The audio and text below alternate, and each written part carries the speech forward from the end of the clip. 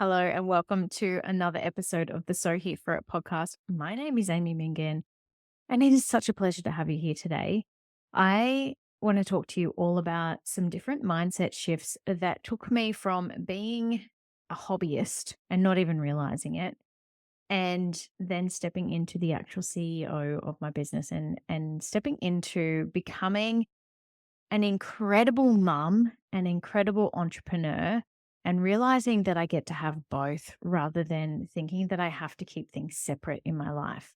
Now, I'm sure that so many of you can relate to this story. It's like when you're in your baby making era, and even if you haven't had kids, I think that you'll be able to apply this to, something else in your life that feels really important to you. And sometimes things feel really important to you at a younger age. And then as we get older, we're like, hey, is this still really important to me? It's only natural that we grow and change and morph into a new identity over the years. Because if we don't, then we're probably not pushing ourselves. We're probably not encouraging ourselves to grow. We're probably not doing anything that makes us feel uncomfortable. And I'm one of those people, like even my best friend, even my husband, they go, oh, you're a bit like a box of chocolates. I just never know what I'm going to get. But I love that about you. It's like they love the surprise. They love that I'm so into what I'm into. They love that I am interested in what I'm interested in and that I love to teach the things that I'm learning. And I think this goes hand in hand with me becoming such a great mum. I would say that I am elite at being a parent because I decided I wanted to. I know that sounds really crazy, but I decided that I wanted to be a really great parent. I decided that my kids are going to grow up as mini superhumans. I wanted them from the day they were conceived to know that they were so loved. And I wanted them from the day that I had them in my arms that they could rely on me. And this isn't to go into like parenting techniques or anything like that. This is showing you a little bit more of my heart, a little bit more of like how I do life. Because if I'm only doing something half hearted, people around it, like they really feel it. And I don't know about you, if you go into something half hearted, how does it make you feel? It's like you're kind of there and you're kind of not. And little kids will feel that. Your partner will feel that. Your clients will feel that. And that's why for me, I feel like it's a really big rite of passage to step into something and fully be in it. So the tricky thing happened when I was wanting to run a bigger business and wanting to also be a really great mom. Like something had to give. But there is this all or nothing mentality that tends to happen in the background, right? It's like people go through this with their health. They think, oh, well, either I'm fully on a health journey or I'm not. But that's not the truth either. Like the pendulum doesn't need to swing to the extremes. And I want to show you how it went from quite extreme. Like, call me a crunchy mama. Like, I totally was, I had my kids at home in water, like water births at home, drug free, baby wearing, cloth nappying, all the things, right? Whole foods, all of the things. Breastfed them both till they were almost two. Like, you're learning heaps about me right now. But also, this doesn't mean that I'm any better or worse than anybody else. This was my journey. And this was the journey that I chose as well. Like, I took a really big leap of faith into going, well, how do I feel safest? I actually felt safest birthing at home. That's why I had home births. And how do I feel safest bringing my kids up? Well, I feel safest informing myself as to how does a healthy human develop in this world. And so I am somebody who likes to find information and then apply it right away. Now, think about then like going straight into business. When Ivy was a baby, so that's my second baby, I went into business first of all when Max was 13 months old. So he was still a baby. And I had Ivy 3 years later. Now, in that 3 years between the two babies, I definitely would have been in my hobbyist era because what was more important to me? Being a mum was most important at that time. I had a little kid and I was trying to conceive and I was happy with the amount of money I was making, but I didn't even consider how I was holding myself back.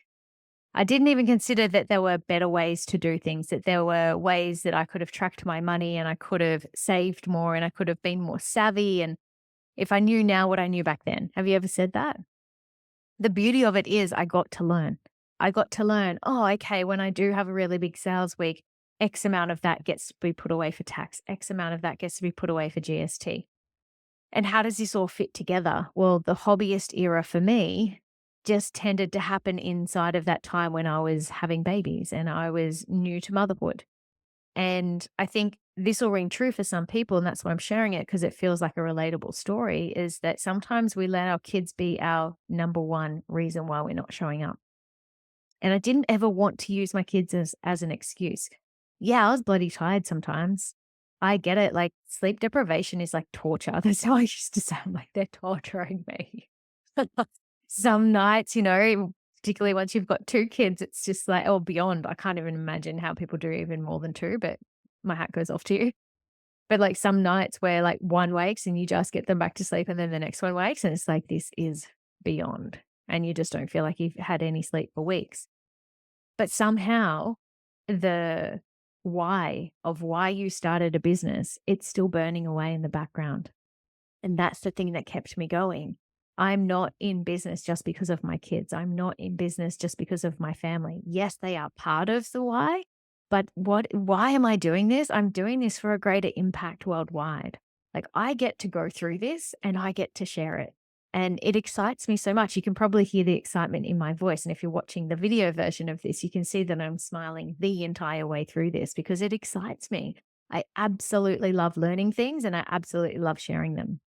Now, there is a really big limiting belief that I see in the hobbyist era. And the major thing that I see is I don't know enough.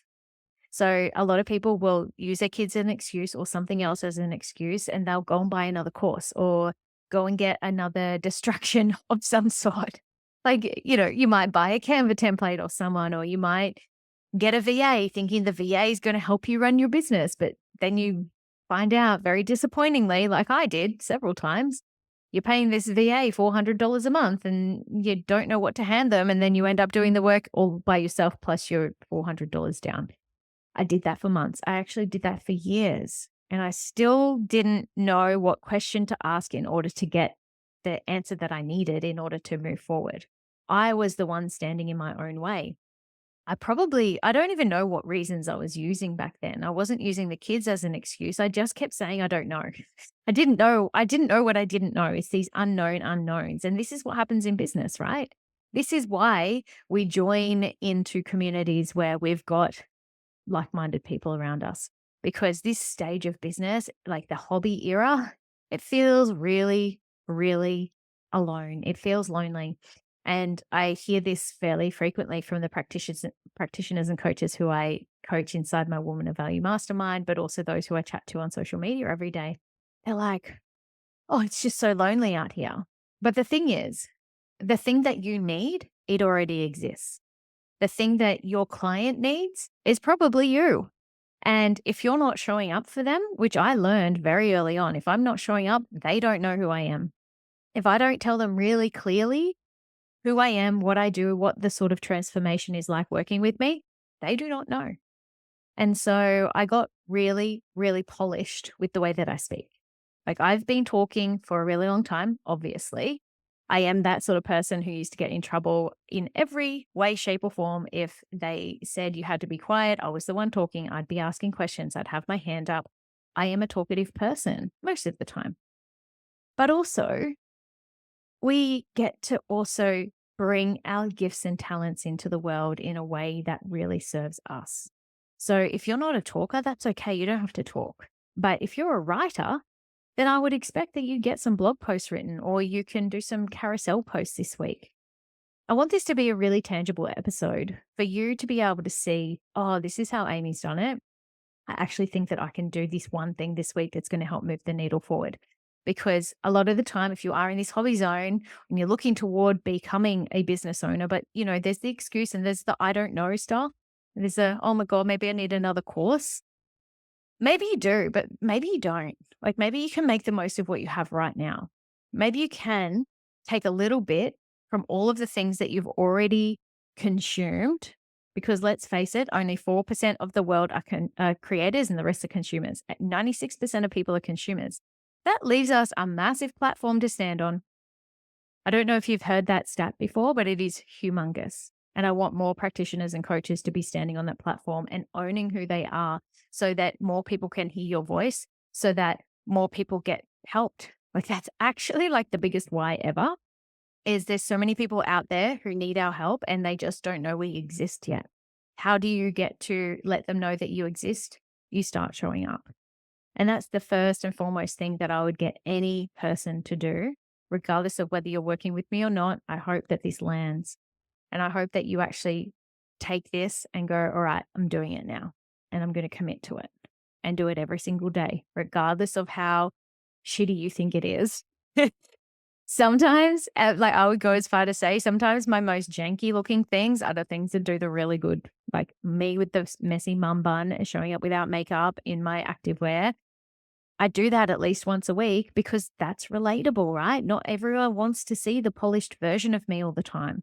They need to see, oh, is she actually real or is she actually perfect? I can tell you right now, I am far from perfect. What I do is I show up consistently. What I do is tell people what I do and tell them like, hey, here's what I've been through. So you get to go through it in your own way as well. Now, let's step into like, how did I get into business owner? Because that wasn't easy. It really wasn't. I'm not going to lie to you. Like having a bigger business, it takes up a lot of time. Like you've got to actually create some space in your week every single week. So back in the day, like towards the end of 2019, I was fully booked. I was seeing anywhere between like 30 and 40 clients in a week, all one-on-one. I was starting to really build out some group programs, but it was hard for me to fit those in because I was seeing so many one-on-ones. And, I'd increased my hourly rate and I was doing really well. I think at that stage I was doing about $15,000 a month, which to me at the time was fantastic. Like so good, like far beyond what I ever thought was possible. But I was using up every single bit of my time. I didn't want to have to do treatment plans in my spare time. I wanted to hang out with my kids more. I wanted to connect with my husband. I wanted to exercise more. There were so many parts of my life where I was like, oh, I've lost freedom because I'm doing so much in my business. So things had to change. I got together more of a calendar situation and I actually blocked out some times. And I share this inside Women of Value. Like I encourage women, especially because we're cyclical in nature, find the best time of month where you are able to see more people and increase your capacity that week. Meaning, if I were to do a 40 client week, that would have been the week I was doing it where I had most capacity. And then I would literally take about 4 days off per month. And it's not that I get really bad PMS or cramps or anything like that. It's just purely because that is time for me. I get to rest and recharge. And that's late luteal, and it's where I would prefer to go inward. And it's where I get a lot of deep writing done, where I get some deep thinking done. And if I'm constantly on the go and helping my clients all the time, if I'm doing that in that last bit of my cycle, I can start to feel like quite empty. And when I feel empty, I don't feel good. I don't know about you, but I don't like operating from an empty cup. So I started to put these things in place and I was honoring my cyclical nature. And then I was like, okay, well, now I can fit in this group program work. And I started to ease that in. But there was a certain amount of pressure I was putting on myself to still be making the same amount of money. What I didn't realize is as soon as I started doing programs, like the very first program that I offered was $26,000 in a month, like that. People bought it. And I was like, oh my God. Oh my God. And like, this is before COVID days, you guys. This is well before then. So we're talking ages ago. And so this really solidified my belief in myself that I could do it. And I don't think that I did anything in inverted commas right. I just put things together that I thought that someone would want to buy. And I talked about it from my heart. And I just want to say to you, if you think that you have to have all of your email sequences and all of your sign up pages and everything ready before you start, then you just don't. Like you can start exactly where you are. You can start selling an offer before you've got it ready.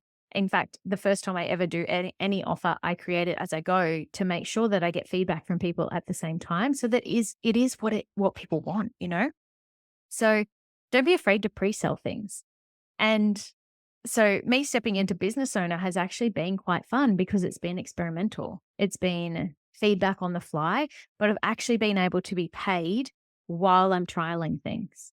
And I do something, I do my best at the time, and then I learn, and then I do better. And so it really gets rid of this fear of failure. I would say that's a really big thing when somebody is in that stage of like pre burnout, which I was in 2019. It was like, oh, I've got this big fear that if I don't keep going, then, where's the money coming from, or where are the clients coming from, or who's going to want to do a group program? They're only going to want to do this one on one with me. And it's just not the truth. People do want to do group programs. It's about you packaging and positioning it in a way that's actually going to land with them. And as soon as they can see the value in it, which, i.e., hot tip, you value it first. As soon as you value it, they value it. Everybody wins. Everybody loves it because they're actually connecting with people who are in the exact same space as them and they love on each other. Like it works so, so well. So I just want to say this is the way forward. I am all about women in business creating six figures, multi six figures, all the way up to seven figures and beyond. I want you to feel great about what you do every single day. Now, I'm running a masterclass on the 3rd of April at 7:30 p.m. Queensland time. You're invited. I'll be going through all of these steps that I went through, but also exactly what I take my clients through. So this is strategy. This is how to actually do it. So you'll have some tangible takeaways to be able to apply right away. So you can start showing up on your social media, actually have people replying to your messages, actually having people engage with your content and get more followers and more views. That's number one. You're going to see exactly behind the scenes, like what goes into a bigger business. Like, do you actually want this? You'll be able to tell by the end of that masterclass. You'll be able to see the exact steps that I've taken some of my very successful clients through who have been in the niches of skin, who have been in the niches of fertility, and who just are absolutely loving leading where they are. They lead their lives. They don't wait for life to happen to them. And then lastly, it's going to be all about boundaries. Like I want you to have better boundaries so that you don't burn out. This is really, really big. I want you to be able to set energetic boundaries with yourself. So you're operating from a full cup. Also, boundaries with your clients so they actually feel safer. A lot of people are scared to set a boundary because they think that someone won't like them. But boundaries are so important because your clients will feel safe around you. It actually builds a better relationship. And there are so many more techniques that I'm going to take you through on the night. So if you would love that, I'd love to invite you come over to my social media at Amy Mingin on Instagram. Let me know that you would love to come and I'll pop you onto the wait list and I'll send you the email as soon as it's ready. So thank you so, so much for listening to me today. It has been such a journey and I just love sharing it. So share this with a friend who you know is going to get so much out of it. And I will see you on the next episode.